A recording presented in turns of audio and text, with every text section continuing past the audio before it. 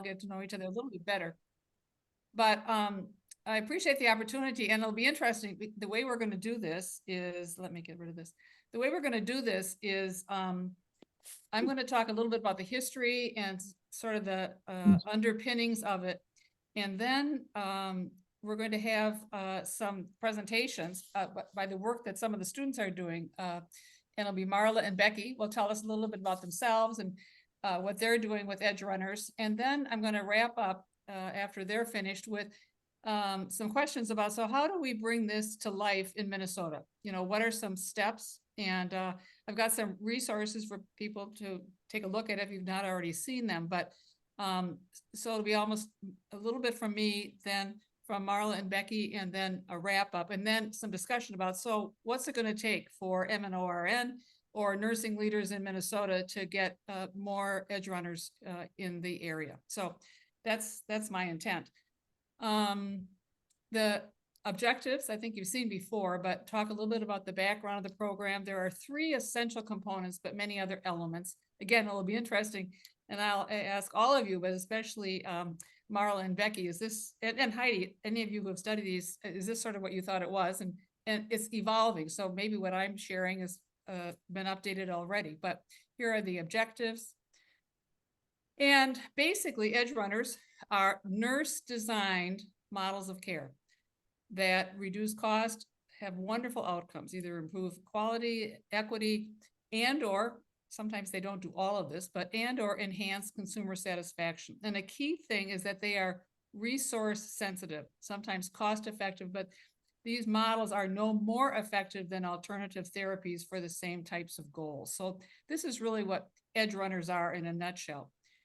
But how they got started was back in 2006. And some of you may know Carleen Kerfoot, who is a national nursing leader. She'd been chief nurse at Aurora Healthcare in Milwaukee, and was chief nurse at Clarion in Indianapolis, and now is chief nurse at Simpler, which is an organization that helps health systems become more efficient, more organized through data, compliance, staffing, et cetera. So Carleen has pretty consistently been a chief nurse of something. And I had been chief nurse at the U before the buyout from Fairview. So Carleen and I had known each other for years. And in 2006, we were on the board of the Academy, and we were asked to be co-chairs of the Program Planning Committee, which is a wonderful opportunity to kind of highlight what you think are important things, but it can be kind of daunting. When we were talking earlier about being on a board, it can be good, it can be daunting. So we were excited though about the possibility. And we had had a lot of discussions over the years. And again, we're good colleagues. And what informed our thinking was some work that we had both talked a lot about, and then I eventually wrote about, called the nursing lens. And this is something that I've come to appreciate, is the way not every nurse doesn't come with your license, but nurses who are really passionate and thrilled that they are nurses. This view that we have that really unites us, whether we've worked together, known each other, but it's a viewpoint that nurses use to see the world. And it's a holistic viewpoint. We see the patient, for example, in the context of family. We see the importance of communities. We take a look at groups and populations. And then when you use this lens, nurses are incredibly effective at establishing phenomenal relationships, oftentimes very quickly, but we can get right to the source and really communicate effectively. Nurses can size situations up. I know in situations in my own career, it wasn't even related to healthcare, but I'd be confronting somebody who was absolutely hostile to me, and they didn't even know me. And I remember just instinctively, I was interviewing for a board position once, and it was clear because the guy was like looking at me like this. It was clear he did not like me. Well, he didn't even know me.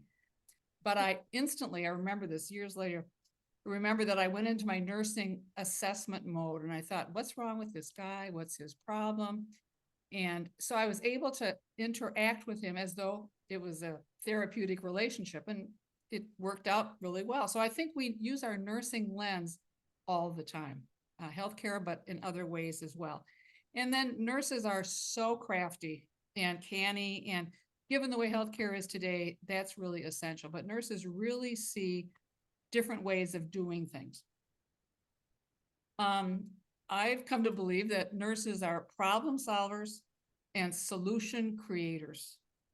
And a common thread that you'll hear nurses say, and I've often said times myself, there's got to be a better way. Either something that's the way something's been done, staffing or supplies or supply chain or any one of a number of things. Nurses will often say, there's got to be a better way. So again, this nursing lens, Carlene and I talked a lot about. I'm going to give you 3 brief examples of what we felt the nursing lens looked like. The first is the woman in the middle is Diane Treat Jacobson. Some of you may know her. She's the Associate Dean for Research at the U. Phenomenal nursing leader. And she started as a clinical specialist in peripheral vascular, and she worked with a group of surgeons. And at the time, they were doing a lot of care, poor circulation, and amputees. And so Diane thought, there's got to be a better way than just better post-amputation care. And she came up with a different way to think about the problem. What can we do to prevent the need for the amputation? So she had read a study in a Swedish journal that talked about upper body movement, ergometry, increasing the flow to lower body extremities. And here's a patient in the blue shirt using upper body ergometry. And over time, she found that indeed, it does increase perfusion in the feet. And, with people with peripheral vascular disease, it's painful. They can't walk, so it gets more painful. It gets debilitating. And amputation at the time, this was maybe 15, 20 years ago, was what was available for them. And Diana said, there's got to be a better way. And so she started this research program. It was supported by the school. And she partnered with a clinical specialist at the VA, and they got a small pilot, and then they intrigued other people until it's become an international model, the use of upper body movement to increase lower body perfusion. And so she would not take the old way as the way it had to be. Another example, some of you know Chandra Torgerson, and Chandra has been was with United Health for a long time. She just recently, last week, started with Optum for a 2-year term with their infusion service. But when I knew Chandra, she was head nurse of the SICU at the U Hospital, and she was getting not physically battered, but really against a lot of pressure because the costs in the ICU were way high. They were higher than any other ICU in the country. And so the pressure from the CFO and the CEO, she and I would meet, I was chief nurse then, and it was kind of like, oh my gosh, we got to reframe this question. And she said, there's got to be a better way. And so what she did was she looked at the data and she sliced it differently. And the way she had been compared, her ICU was cost per day. And what she argued was, let's take a look at cost per stay. Cost per day, the U was among the highest in the country. But she and the nursing team had really reduced that length of stay so that there were 1 or 2 days less. So the cost per stay was way less than almost anybody else in the country. And so she argued and that's again why how institutions get paid is the cost per stay. I mean, if you have cost per day, you could have people stay there for 5 weeks. But she said, no, I know we're doing it right. We just have to give the data a bit of a tweak. And so she helped the CFO at the University Hospital and the CEO look differently and really set a national model for looking at cost per stay. The last one is an unnamed staff nurse that I worked with many years ago. So when we talk about solution creators, this isn't high tech or sophisticated or a national model, but this staff nurse, we were having problems in our ICU back at the University of Wisconsin in Madison. And the linen room was not sending up washcloths. We kept saying, we need washcloths. We've got to bathe these ICU patients. Come on. And, ABDs and those kinds of dressing pads weren't working. And so they said, well, we're not going to have washcloths till Friday. This is Tuesday. So one resourceful nurse said, fine, I'll get us washcloths. And she took one of the large bath towels, cut it into 8 squares, and we had 8 washcloths. Now, we did lose 1 bath towel, but, we got 8 washcloths. So we let the linen room know that we had a solution and we'll be just fine. Well, wouldn't you know, the next day we had washcloths. So again, how to look at it differently. And these are nurses that use the nursing lens to be creative and come up with new solutions. So Carlene and I, with this program, having to come up with a program to sell to the board, said, let's create a program called EdgeRunners. We knew that nurses across the country were doing phenomenal things and really making a difference in healthcare in a real personalized way and coming up with incredible outcomes, but nobody knew it. So taking the phrase from Leland Kaiser, and I'll say, read just from this beginning 2006 blurb about the program. EdgeRunners are convinced that their ideas will produce results. They push them forward, sometimes against formidable resistance. The momentum and the results often lead to necessary and permanent changes in systems and practices. Thanks to EdgeRunners, innovative experiments become permanent solutions. So we said, let's showcase a handful of nurses around the country, not just keep saying, oh, nurses are really important, we're really doing good things, respect us, value us, look up to us. That's not going to cut it. Let's use data. Let's use names and faces and concrete examples to show the audience, it was originally, the audience, what EdgeRunners can do. So nurse design models of care, the purpose is indicated here, measurable outcomes, and we'll get back to that in a second. So we move away from the be nice to the nurses. It was no, look what the nurses are accomplishing. And this is now one of the 3 signature initiatives of the Academy, the EdgeRunners are. We then said, let's create an ongoing campaign. So this is not a one-shot deal for one program. Let's create a campaign called Raise the Voice. And the point of the campaign was, again, to raise nurses' voices, to raise everybody's voice about the contributions that nurses can make. And so that was our impetus, was to come up with these very concrete, measurable initiatives, let the world know if we could, but include them as part of a major program called Raise the Voice. And so that's technically how it all started in 2006. Well, we called out, here were the goals again, you'll see some themes. We called out for people to let us know, members of the Academy, let us know if you're doing a program that meets these criteria. Well, we were overwhelmed. We probably had 4 or 5 dozen entries that people sent in, and here are only a couple. But to give you the flavor of, again, how nurses use their nursing lens, we don't look at things just like mechanistic measurements of blood gases and things. We're looking at the human experience, nurse managed special care units, urban girls ministry for African-American girls, this living independent for elders. I mean, that has become nationally well-known.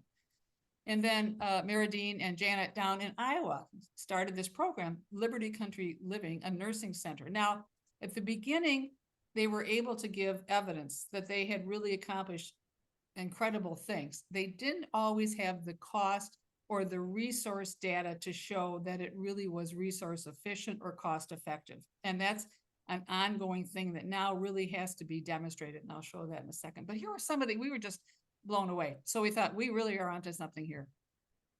The 3 key components of EdgeRunners are, it's a clinical initiative spearheaded by nurses. And I'll tell you in a second what is not an EdgeRunner, but clinical initiatives spearheaded by nurses, nurse designed care models. The second is that there are measurable outcomes. And then the third that became apparent is that these have to be replicable. They have to be sustainable over time. It can't be one nurse's pet project that she's going to work on while she's in her graduate program or for a year outside of school, and then it dribbles and goes away. These are ones that are supposed to stand the test of time. So these are the 3 key components of the EdgeRunner program. Now, a couple of things that EdgeRunners are not, we've learned over the years. One, these are not outstanding academic or curricular or innovative programs.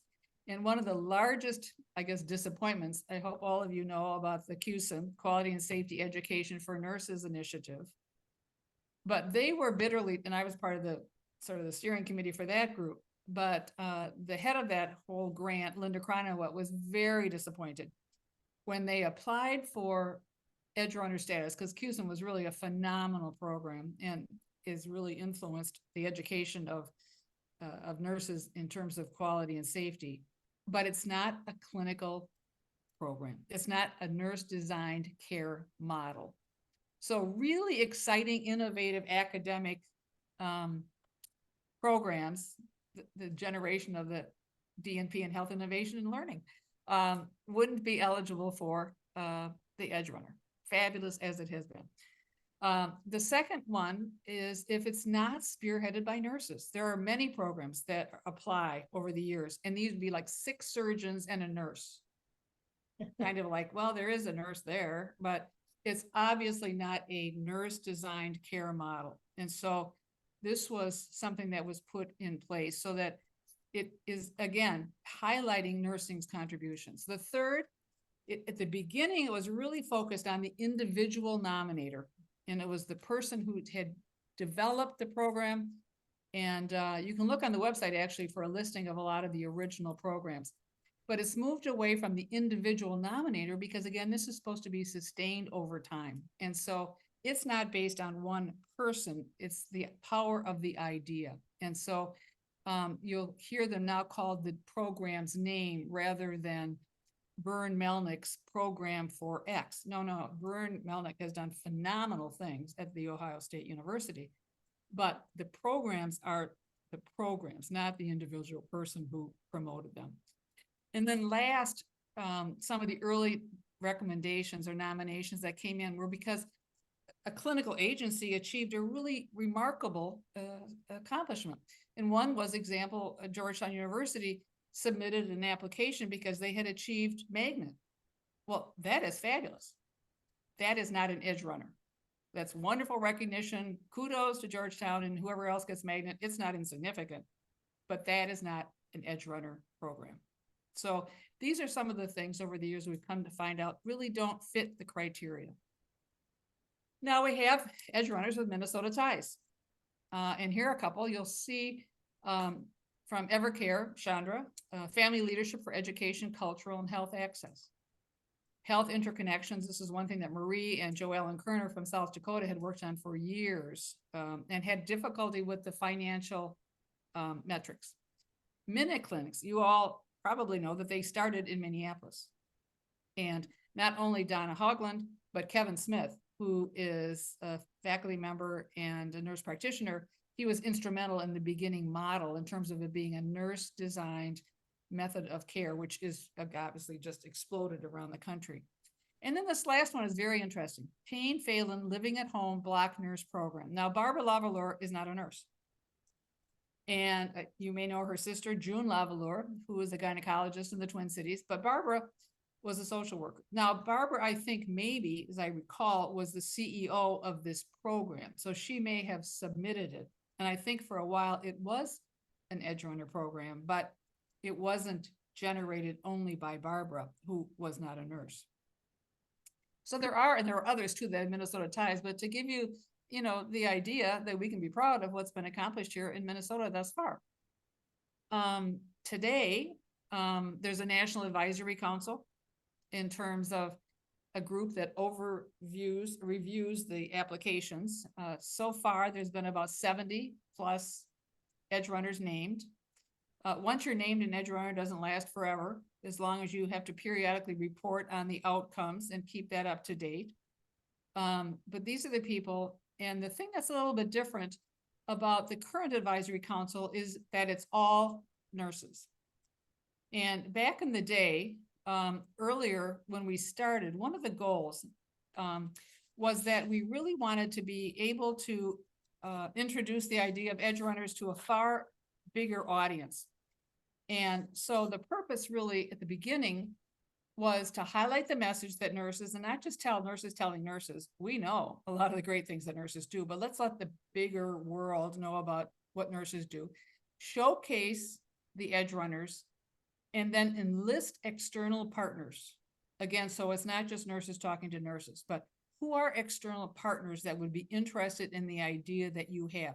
And originally, the very first advisory council was chaired by Donna Shalala, who was head of HHS. And then subsequent to her, Ed Rendell, who was the governor of Pennsylvania, became the advisory chair. Andrea Higham, from J&J was on the board. Mark McClellan from the Brookings Institute, Louis Sullivan. So there were a lot of non-nurses of prominent national individuals who were on the advisory board to help spread the word to other organizations that were not directly nursing related. So that's changed probably for some very good reasons over the intervening years. But this we thought was really a good thing to start with back in 2007, 2008 to get advisors who could really help spread the word. I'm going to now turn to Marla and Becky because they've been doing their own work in the HIL program on EdgeRunners, and I'm going to invite them to give a few words. We've seen their bio sketches, but I'm going to invite them to give a few words of their background that they think is particularly relevant, and then talk about their work with the EdgeRunners. And then we'll come back together as a whole group, and I've got just 2 or 3 more slides to talk a little bit about what next steps we might want to think about taking and engage all of you in discussion. So, Marla, is it okay if we start with you? Hi, good evening. I just want to introduce myself in my native language. Yat A, Che A, Marla Jim, Yanishia, Ani Nishla. It's a little hard to hear you, Marla. Let's see. Can you hear me now? Yes. Okay. So as I was saying, I wanted to introduce myself in my native language. Yat A, Che A, Marla Jim, Yanishia. Ya ani nesnato na kaidina basistin. But ani nas dan ayusi nata. Ja azat nakahe nutla. Canyon Sita Bana Navajos a Nalnish. So I said, hello everyone, my name is Marla. I am born for the Towering House people, born for the Mexican people clan. I'm sorry, is anybody else having difficulty hearing, or is it just me? Yeah, unfortunately, I'm having a hard time too. Yeah, I really want to hear what you have to say because I know your story is really interesting. And I'm sorry to keep interrupting, but I just wanted to. Can you hear me? We can right now, yes. Okay. I think it's probably my earbuds. It might be. Yeah. So I introduced myself in my native language, and I am of the Towering House people clan, born for the Mexican people clan. I am originally from Rock, New Mexico, on the Navajo reservation. I am a registered nurse, and I work at the Canyon Sito Bana Navajos Health Center. Can you still hear me? I can hear you now. I mean, we could. Oh, yeah, okay. Now, yeah. So, so I am a registered nurse, have 18 years of experience. I got my undergrad at Arizona State University. I got my master's of public health. Are you guys still having a hard time hearing? I think when you don't touch your ears, it actually sounds a little better when you just talk straight. Okay, how's this now? Yeah, sounds good. Okay. So I got my undergrad, my nursing degree at the University of Arizona, and I had got a master's of public health from the University of Arizona.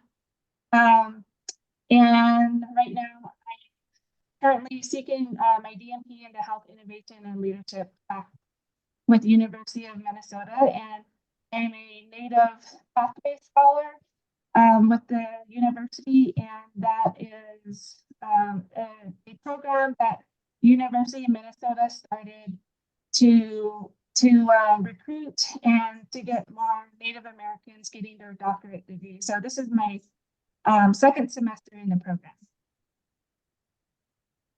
And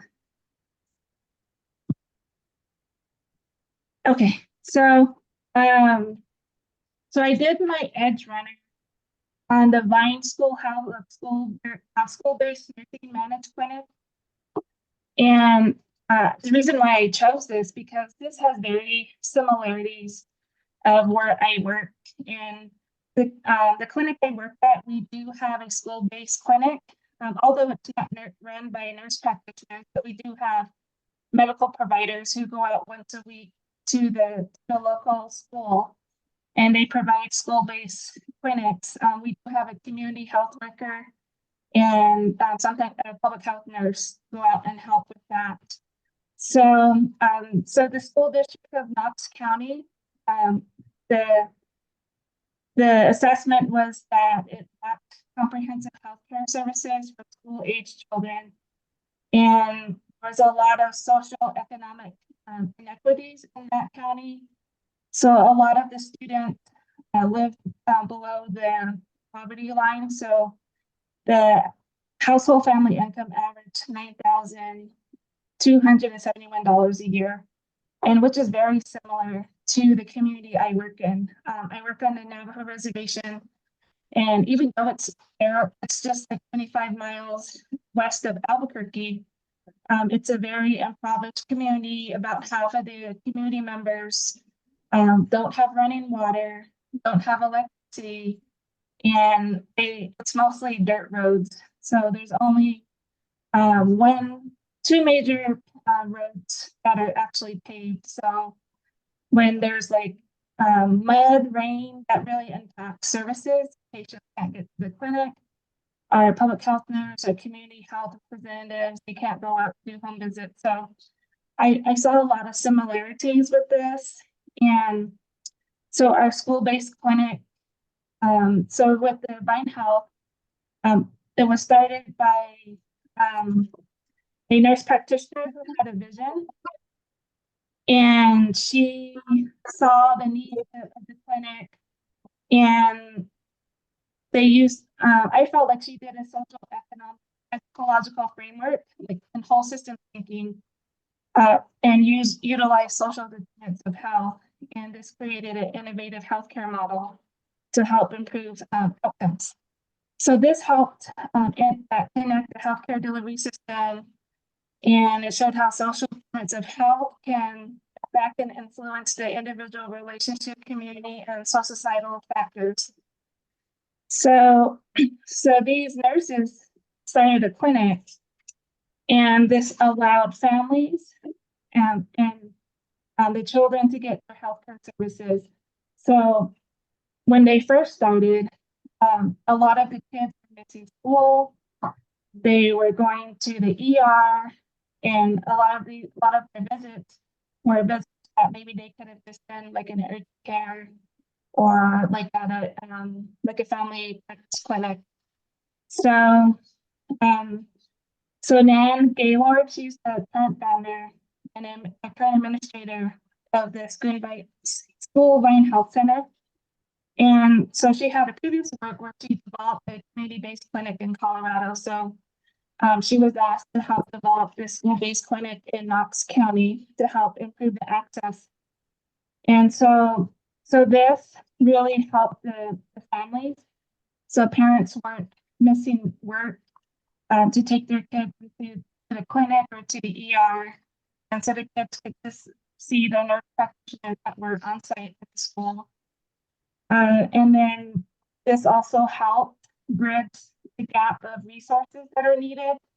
So if the kids needed referrals, this would help. So they have like a case manager, a social service worker, and this helped them find program referrals that the kids may need. And they also partnered up with the University of Tennessee's College of Nursing. And so this helped to get advanced practice nursing students to get into the clinic, to get hands-on care and knowledge that they needed. And with this clinic, they increased, like I said, they increased the healthcare access for the students, and then just the understanding and the application of how social determinants of health can cause disparities. And so this also helped help those students who had food insecurity, also with financial needs and also housing insecurity. The program helped the families with that. And then not only that, was this allowed for the students, they opened it up to anyone who was 21 and under in the county. So that expanded their services. And they did quality measurements and they collected patient satisfaction surveys. And so 130 patients rated satisfaction and healthcare services they received. So it was 4.67 out of 5 over a 3-month period. And then another quality measurement that they did was they collected the number of visits during the 2016-2017 school year. And this showed that there was an increase in number of services provided of exams and visits. And also with immunizations, and then also with mental health. And it was also shown to be cost effective. So when they were comparing the healthcare costs, treatment at a school-based management clinic was $300 less than an emergency room visit for the same issue. So when looking at the medical treatment costs, it saved an estimate, estimated of 2,500 visits over the school year period. Students utilizing the school-based clinic saved the healthcare system $100,000 by not going to the emergency room. And so I kind of felt like with Dr. Gaylord's vision and her model of like bringing a school-based clinic, I kind of felt like that showed the transformational leadership and using a multifaceted approach to build and design a sustainable healthcare program. And this provided solutions to help a patient population that's socially disadvantaged economic population. And then also this also helped implement telehealth visits, and this also increased access to healthcare. And especially helped for those who couldn't leave work. And then they also help seek with patients helping financial resources through the state, through the federal government. And then funding, they also found funding to purchase the equipment needed for their telehealth services and for the clinic. And they also showed too that their telehealth visits were also cost effective. And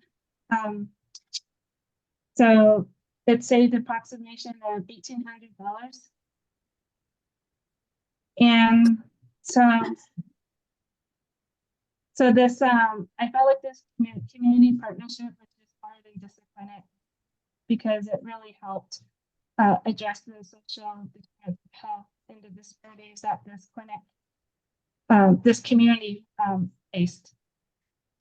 So, and I just kind of, I think one takeaway from reading this EdgeRunner is that it's important to be a transformative leader when you're serving in a leadership capacity role. And this, so Dr. Gaylord's leadership skills showed that the importance of a collaborative approach of including everyone and using a team model. And they created a strong partnership with the University of Tennessee and to bridge the gaps in finding the solution of the health inequities. So I think that's being a transformative leader can inspire and provide hope for a better future to nurses, but also not to nurses, but also to other professional healthcare. So, and I just kind of think, as you were saying, like nurses have an insurmountable impact that we provide services. So that's what my EdgeRunner was about. And so, like I partly said, because the many ways to measure impact, you highlighted several. I mean, it wasn't just satisfaction, which is not insignificant, but with that kind of a model to creatively identify 8 or 9 outcomes and metrics that your program that you're highlighting achieved is really an excellent example. Yeah, great story to share with us. I'm going to turn to Becky, and then we're going to have a conversation about both of your projects and what other people, in terms of the fidelity to the principles that I outlined. Does it sound the same, or is it different, or what do you all think? So let's hear from Becky first, and then we'll have a conversation and then wrap up with some, how do we bring this to Minnesota? Becky? Hey, can you all hear me okay? Yes? Okay, perfect. So I'm Becky. I am a Bachelor of Science of Nursing for the last 13 years, and recently decided to take the jump to getting my doctorate in nursing and health innovation and leadership, and also at the same time getting my master's in public health. Because not crazy enough, I have 4 beautiful children at home. So if you hear them screaming in the background, I apologize because I locked them out of my space. So the edge runner that I chose was actually Judy Davidson, who was instrumental, her team, in doing the nurse suicide prevention model. And the reason I chose her was I feel like, especially in this day and age, suicide is such a big problem, and you can't hardly find anybody who hasn't been touched by either a loved one, a coworker who has committed suicide. And her story is really very interesting. She works at the University of California, San Diego School of Medicine. And what brought this whole project about was, in the span of 1 year, the nurses there experienced the loss of 3 of their nursing colleagues to suicide. And so Judy and some of her other coworkers were just very curious about what is the scope of the problem, first of all. And what they found out was there really wasn't any research as to nurses committing suicide. And they went about this big study and found that, even compared to the general population, nurses are more at risk of committing suicide. And also discovered, much to their surprise, that nurses are at higher risk of experiencing loneliness, burnout, depression, even more so than physicians. So this team wanted to figure out how they could fix this. The interesting part of this whole thing is that the University of California, San Diego School of Medicine already had a suicide prevention program in place for the physicians and medical students, and they called it the Healer Education Assessment and Referral Program.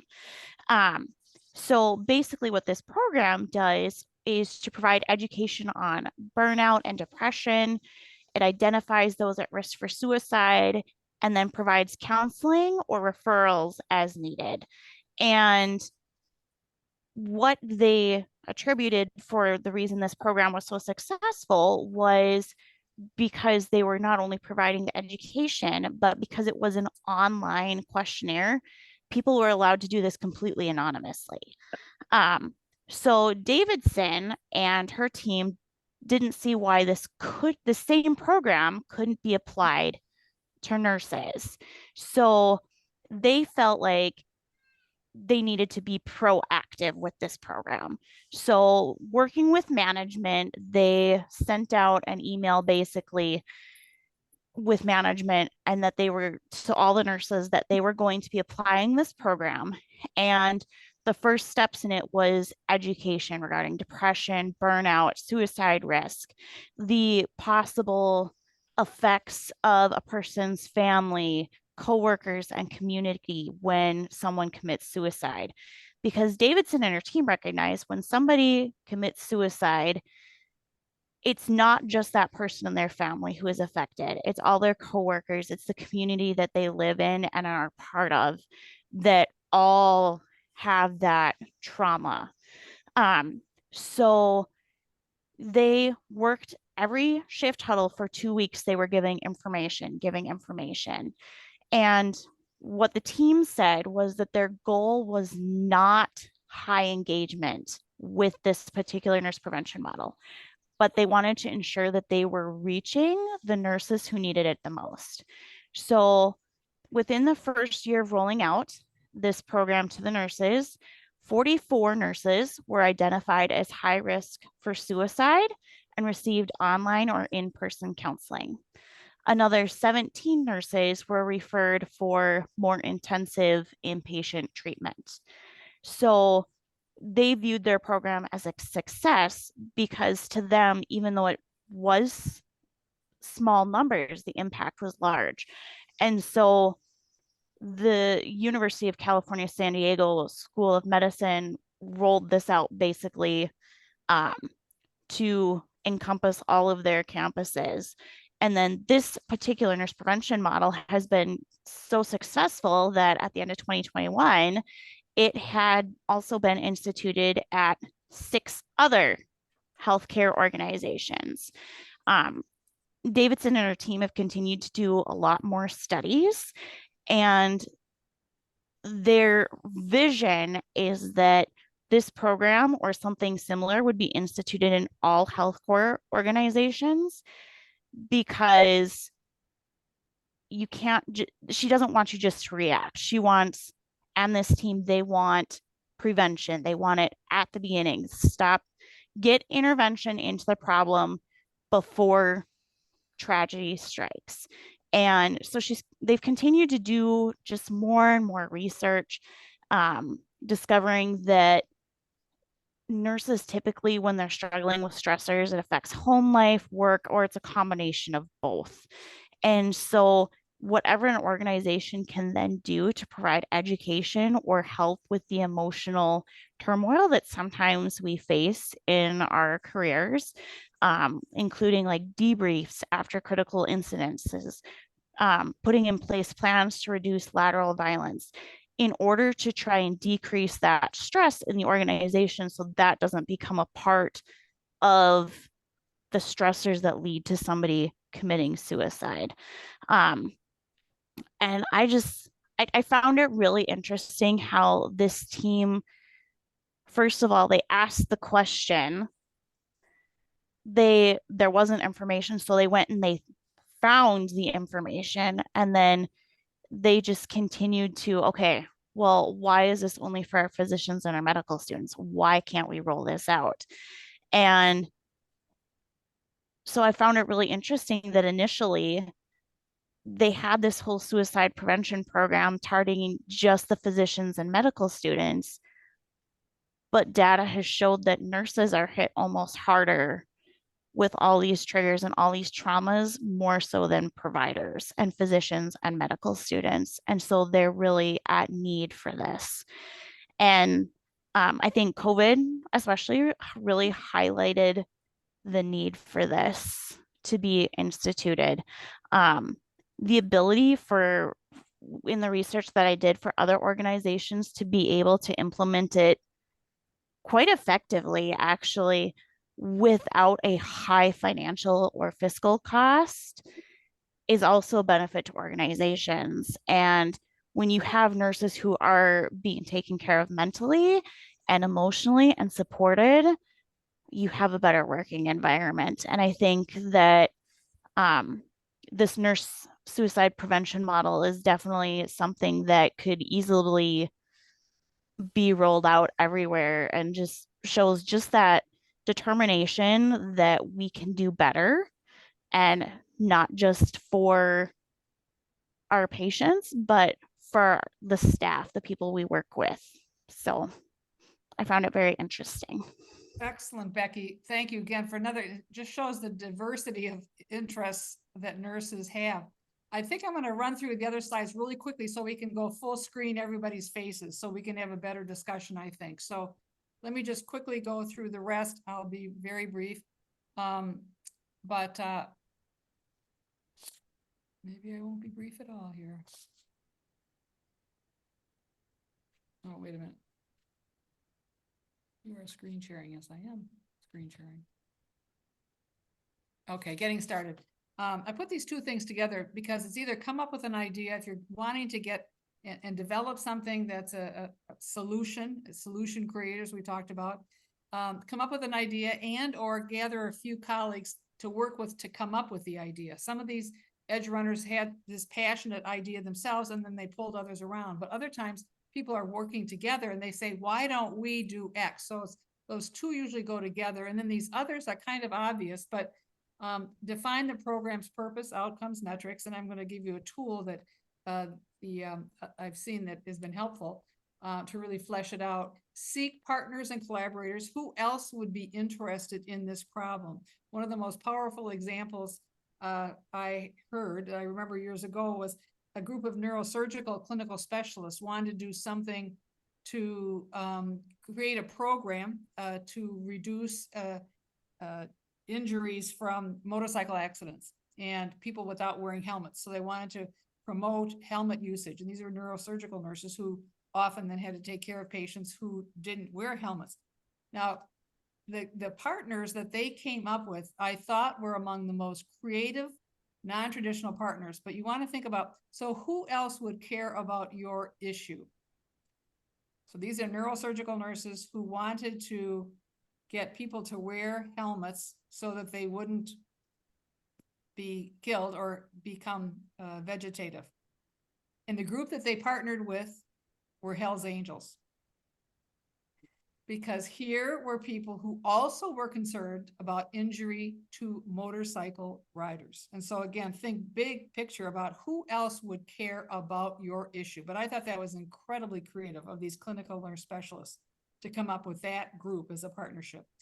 Finding a sponsor mentor, you've both mentioned people that kind of helped, and then read all that you can, past publications, et cetera, et cetera. Here are some questions that are in the application.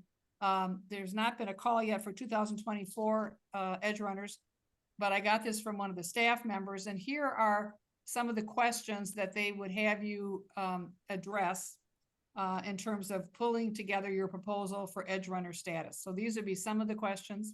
Explain how your model has led to system-wide changes. And as each of you were talking, I thought, now this is what you could say here. This is what they could say there. That your examples really highlighted these kinds of questions. Here was a tool, and I'll send out with Kathy with the references for this session, but here was a tool not about so much EdgeRunners, but it was a proposal, it's a 3-page proposal that CVS developed to define a proposal for their Minute Clinic success story.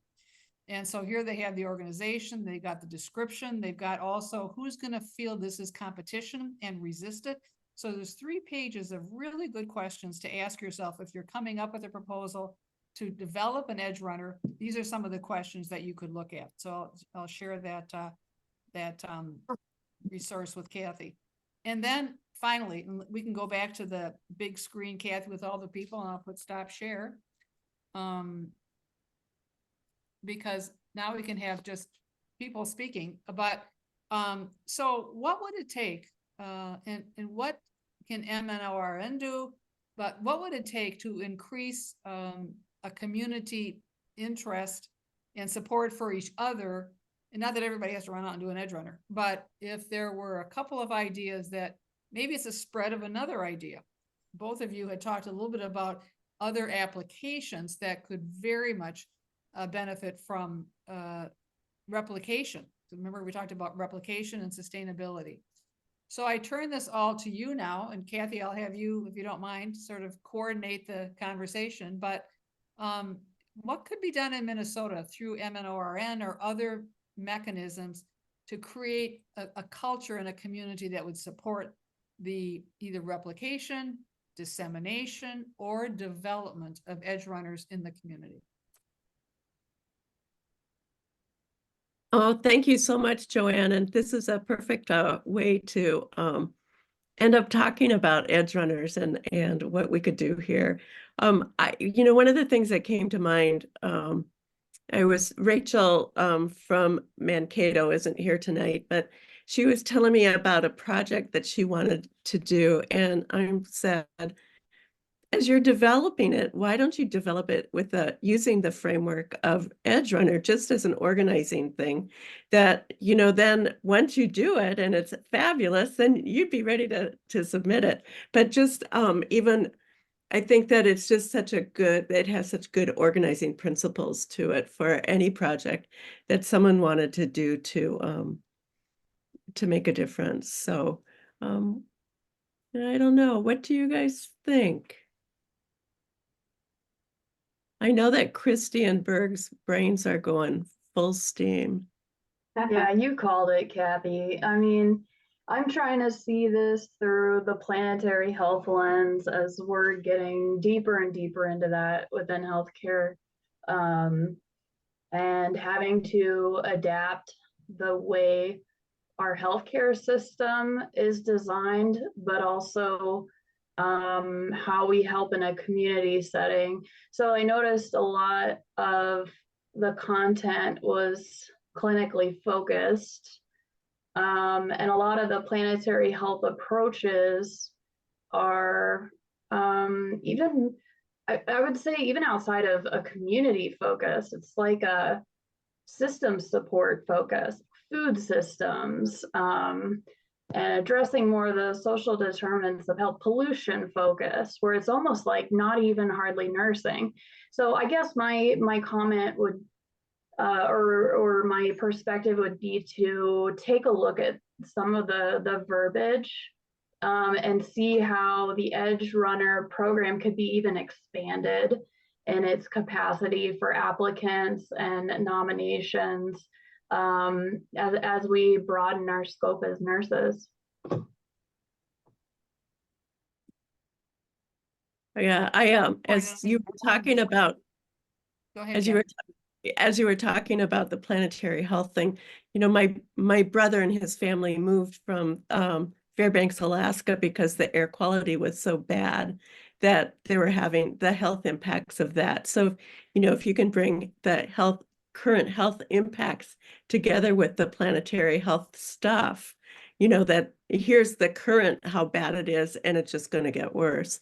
But so that would be where Joanne was talking about partners that could help, expand the current and move on. But yeah. 2 points I would make too. I think you raised an excellent point.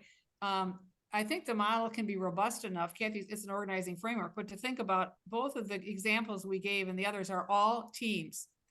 So it's not that it's maybe nurse design because of the nursing lens and the way nurses look at the bigger picture. A lot of planetary health has been, not totally, but heavily influenced by the way nurses think, to see the big picture. We're all part of a bigger world. So there are teams absolutely involved in most of these successful programs. And yet that flavor of nursing, we want to make sure is captured, but it's not only nurse run and it's not nurse driven, it's nurse initiated or designed. But I do think the idea of community and population is now going to be expanding to planetary. And so originally many years ago, when people talked about community, it was like, oh my God, no, we're only dealing with what's in the four walls of the hospital. Well, guess what? No, that's not true. So I think this pushing the edge, I think you raised some good questions about, can it be done? Yeah, but it will require what was that phrase? There's got to be a better way. And I would challenge those of you who are really working with Teddy on planetary health to say, okay, here's how the model fits, but now we've got to take a look at it this direction.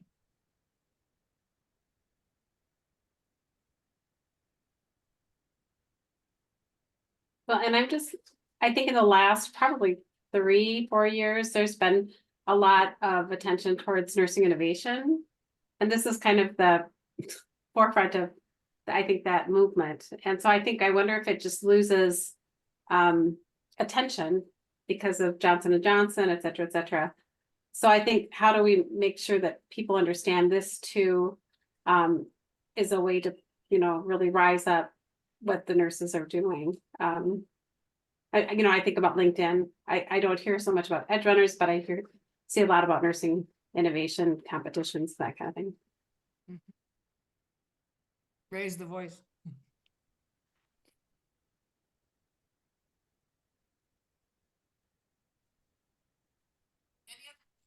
Or considerations.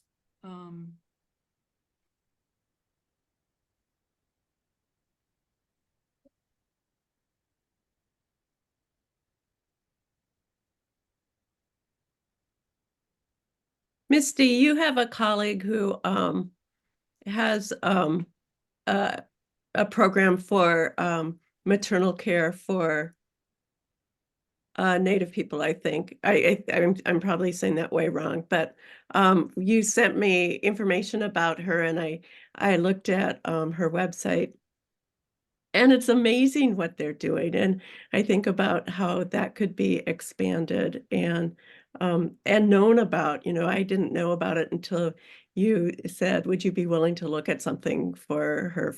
To me, and but you know, how do part of I think that in Minnesota there are people who are doing amazing things that could be replicated and could be scaled and could be, but you know, if you don't know about it, you can't help them do anything about it.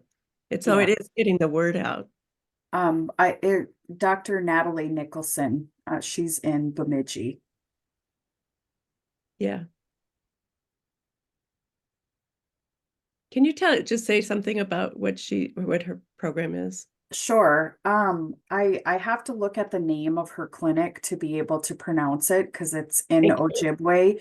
But the translation is something about women giving birth in a traditional lodge or something to that effect. So her and her mother own a indigenous clinic in Bemidji that's staffed predominantly by Indigenous women. And it's full holistic support. They also offer traditional healing and different ceremonies for expectant persons and their families. It's a marvelous program, and yeah, I would love to see it be replicated, and I'm sure Dr. Nicholson would too. A side note and a fun fact is Dr. Nicholson is also a Olympic medalist in curling. Oh, So wow. yeah. Cool. We should know her. Absolutely.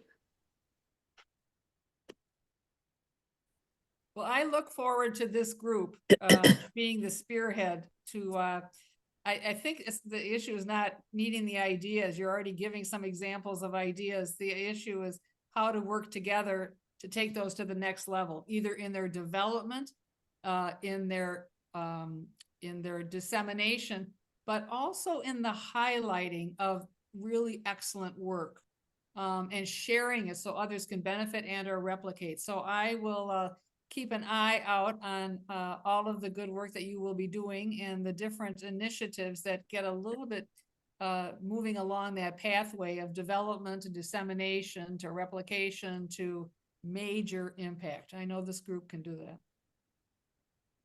Thank you, Kathy. Joanne, thank you so much for your presentation, and thank you to Marla and Becky for joining us tonight. I know, you know, like, I'm just like, will somebody come and talk about this? And you did, and I'm just so much appreciate that. And thanks to everyone for coming.